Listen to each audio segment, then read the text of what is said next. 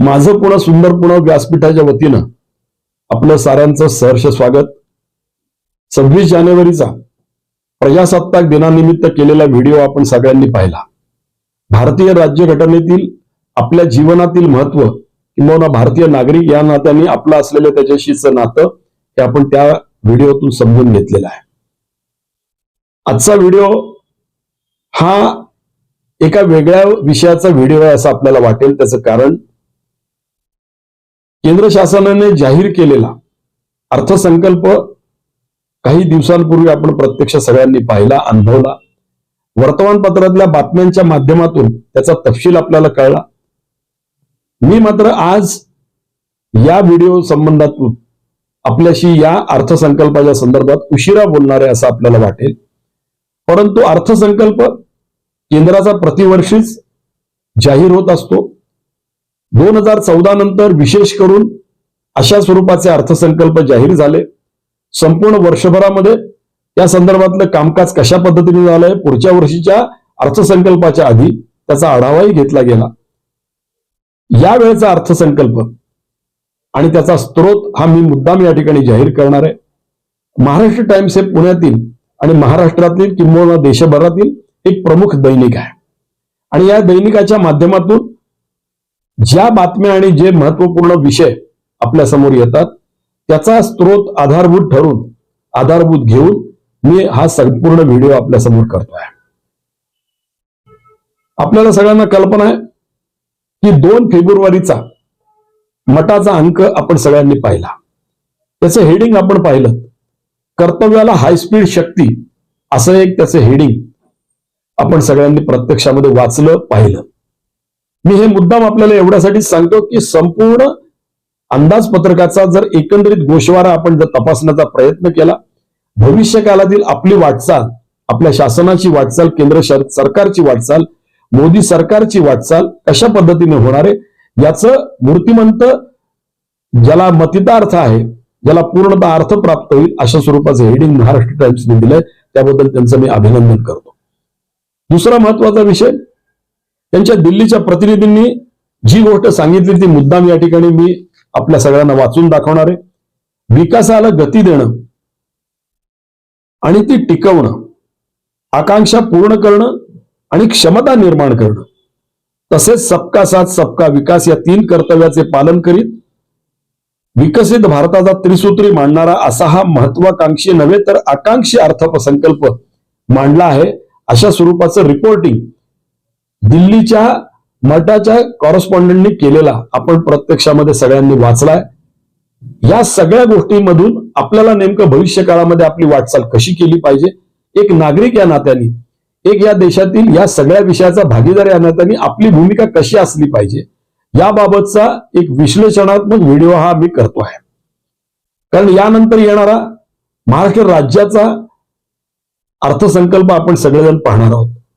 त्याच्यामध्ये अनुषंगिक बाबींचा विचार नक्की केलेला असेल असं मला वाटतं आणि त्यानंतर महाराष्ट्रात झालेल्या सर्वच स्थानिक स्वराज्य संस्थांच्या महानगरपालिकांच्या निवडणुका आणि या निवडणुकांचे येणारे अर्थसंकल्प हे त्या शहरांपुरते मर्यादित असतील याची मला कल्पना आहे, परंतु या सर्व अर्थसंकल्पांची एक साखळी असली पाहिजे ही भविष्यातली आपली गरज आहे, किंबहुना नागरिकांच्या विकासाच्या दृष्टीने तो अतिशय महत्वाचा मुद्दा आहे। म्हणून इतक्या उशिरा हा व्हिडिओ मी करतोय हे मी आपल्याला सगळ्यांना सांगू इच्छितो।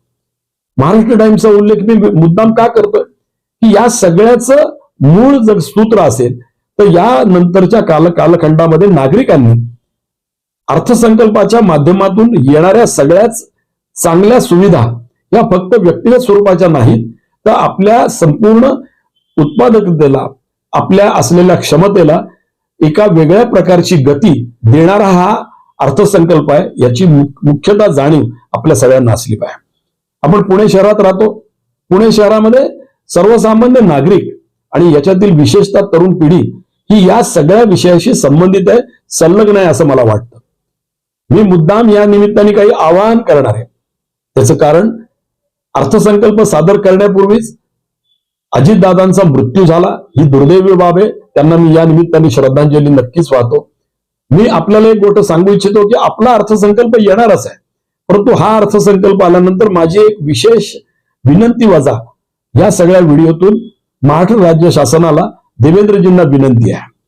कारण या 29 महानगरपालिकांच्या निवडणुका आणि त्या निवडणुकातून तयार झालेलं त्या ठिकाणचं लोकल सेल्फ गव्हर्नमेंट म्हणजे त्या एका शहराचं गव्हर्नमेंट आपण त्या ठिकाणी स्थापित केलेलं आहे. सुदैवाने भारतीय जनता पार्टीचा बहुतांशी कारभार हा प्रमुख महानगरपालिकांमध्ये चालणार आहे. मी आपल्याला एवढंच म्हणेन की आकांक्षी महत्वाकांक्षेपेक्षा देखील आकांक्षी असलेला हा अर्थसंकल्प. दुसरी महत्वाची गोष्ट म्हणजे आपल्या दैनंदिन जीवनामध्ये आपल्या असलेल्या क्षमता आपली उत्पादकता वाढवणारा हा अर्थसंकल्प आहे. त्याला अनुषंगिक आपण नेमकी रचना खालपर्यंत कशा स्वरूपाची करू शकू याचं एक मुख्य उदाहरण मी आपल्याला देऊ इच्छितो. पुणे महानगरपालिका आणि त्या अंतर्गत आता मिळालेला विजय हा अभिनंदनास पात्र आहे. भारतीय जनता पार्टी आणि त्याची सगळीच पदाधिकारी टीम आणि त्यांचा असलेला विजय हा नक्कीच अभिनंदनास पात्र आहे. मी त्यांचं अभिनंदन करतो. परंतु त्याचबरोबर एक जबाबदारी आहे. ती जबाबदारी या निमित्ताने मी मुद्दाम आपल्या समोर मांडू इच्छितो. त्याचं कारण एकच की अर्थसंकल्प नंतर जाहीर झाला. अर्थसंकल्प आपण सगळ्यांनी पाहिला. पुणे शहराची काही वैशिष्ट्ये त्याची आठवण करून देतो. याच महानगरपालिकेमध्ये कळमकर नावाचे एक अतिशय कर्तबगार अधिकारी होऊन गेले. ते आता हयात नाहीत. त्यांनी पुण्याच्या विकासाच्या दृष्टिकोनातून त्या काळामध्ये त्यांच्या असलेल्या अधिकारामध्ये संपूर्ण शहरातील स्लम एरिया विशेष करून स्लम एरियामध्ये बचत गटांची एक फार मोठी साखळी तयार केली. बचत गट मोठ्या प्रमाणावरती आहेत. जवळजवळ हजाराहून अधिक बचत गट पुणे महानगरपालिकेच्या अंतर्गत रजिस्टर असलेले महिला बचत गट आजही अस्तित्वात आहेत. परंतु या बचत गटांचं नेमकेपण आपण समजून घेतलं पाहिजे. या सगळ्या आकांक्षी असलेल्या अर्थसंकल्पाला जर खऱ्या अर्थाने वास्तवात जर आपल्याला उतरवायचं असेल तर या बचत गटांचा आधार घेणं ही भविष्याची गरज आहे. मी आपल्याला असं मुद्दाम आवाहन करू इच्छितो की महानगरपालिकेमध्ये कुठलाच पक्ष म्हणून काम करत नाही, तशी आजपर्यंतची आपली प्रथा नाही. परंतु सर्व सभासदांनी मग ते नवीन असतील जुने असतील, नवीन असलेल्यांनी समजून घेतलं पाहिजे, जुनं असलेल्यांनी मार्गदर्शन केलं पाहिजे. परंतु आपल्याकडे असलेल्या क्षमता आणि त्याची असले होणारी वाढ या संदर्भातला एक आराखडा, वार्षिक आराखडा हा तयार झाला पाहिजे. कशासाठी तयार झाला पाहिजे तो आपल्याला सगळ्यांना कल्पना आहे की उत्तर प्रदेश हे एक प्रगत राज्य आहे. योगीजींसारखा मुख्यमंत्री त्या ठिकाणी आहे. 1 डिस्ट्रिक्ट 1 प्रॉडक्ट अशा स्वरूपाची योजना त्या ठिकाणी सार्थपणाने राबवली जाते. आपण देखील पुणे शहराला ही योजना राबवू शकू का? या बचत गटांच्या माध्यमातून विविध उत्पादनं तयार करून घेऊन त्याची बाजारपेठ स्वतः उपलब्ध करणं, त्यासाठी रिझर्व्ह फंड उभं करणं ही आपली गरज आहे. त्याचं कारण एकच की कुठलीही व्यक्ती आणि कुठल्याही महिलांचा बचत गट हा विक्रीसाठी किंवा एका वेगळ्या पद्धतीने मार्केटिंग करण्यासाठी सक्षम असतोच असं नाही. परंतु जर अशा स्वरूपाचं प्रायोरिटी सेक्टर म्हणून आपण काही उत्पादन जर सुरू केलं तर आपल्याला असं लक्षात येईल की त्याच्या विक्रीचं केंद्र हे पुणे महानगरपालिकेच्या अंतर्गत पूर्णतः उभं राहिलं पाहिजे. त्याची जबाबदारी सर्वस्वी आर्थिक जबाबदारी ही महानगरपालिकेने उचलली पाहिजे. उत्पादन ते नक्की करतील, परंतु उत्पादनाला कायमस्वरूपी आधी ऍडव्हान्स पेमेंटमध्ये जर आपण अशा स्वरूपाचं अनुदान देऊ शकलो, प्रत्यक्ष जर मालाला भाव देऊ शकलो तर या मालाला भाव देणं हे तितकंच गरजेचं आहे.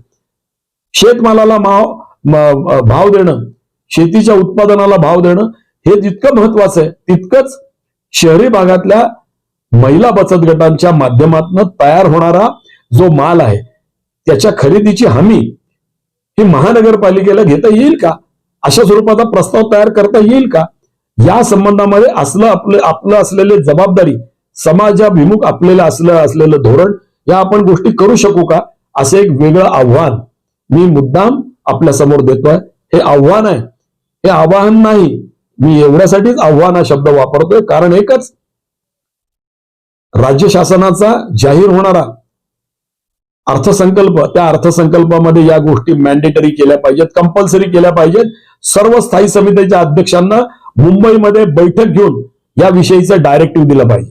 याविषयीचा पेपर संबंधित अधिकारी आणि महानगरपालिकेचे स्टँडिंग कमिटी चेअरमन्स जे भविष्य काळामध्ये तयार होतील त्यांना देखील बोलवलं पाहिजे. त्यांना या विषयाची नेमकी जबाबदारीची जाणीव दिली पाहिजे असं मला या अर्थसंकल्पाच्या साखळी निमित्त आपल्या पुणेकरांना सांगायचं. एक वेगळ्या स्वरूपाचा मुद्दाम आपल्याला हा मांडलाय.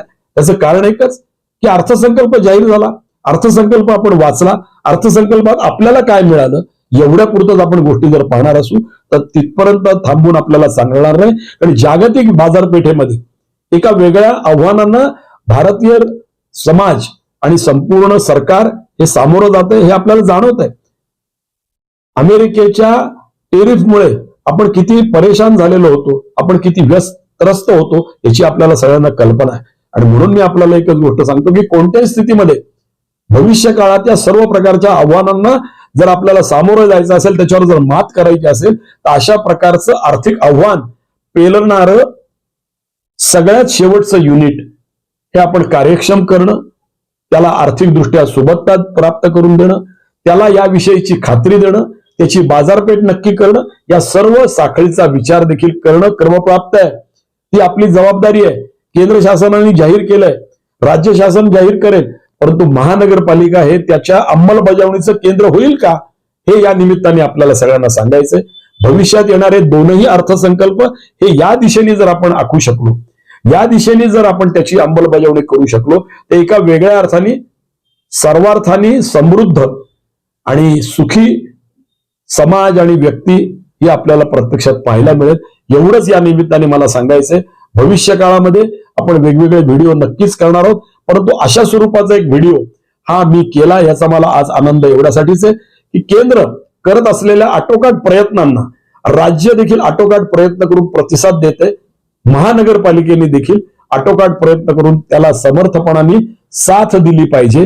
मी नवीन आहे ही सबब यानंतरच्या काळामध्ये चालणार नाही. आपण तातडीने लवकरात लवकर या विषयातली माहिती, शिक्षण आणि अंमलबजावणीसाठी असलेली कार्यक्षमता वाढवली पाहिजे, तयार केली पाहिजे. एवढंच या निमित्ताने आपल्या सर्व नवनिर्वाचित महानगरपालिकेच्या सभासदांना आवाहन करतो, त्यांना शुभेच्छा देतो. भविष्य काळाचा असलेला अंदाजपत्रकीय तोंडावळा हा या दिशेने जाणारा असावा एवढीच अपेक्षा करतो आणि थांबतो. धन्यवाद. जय हिंद.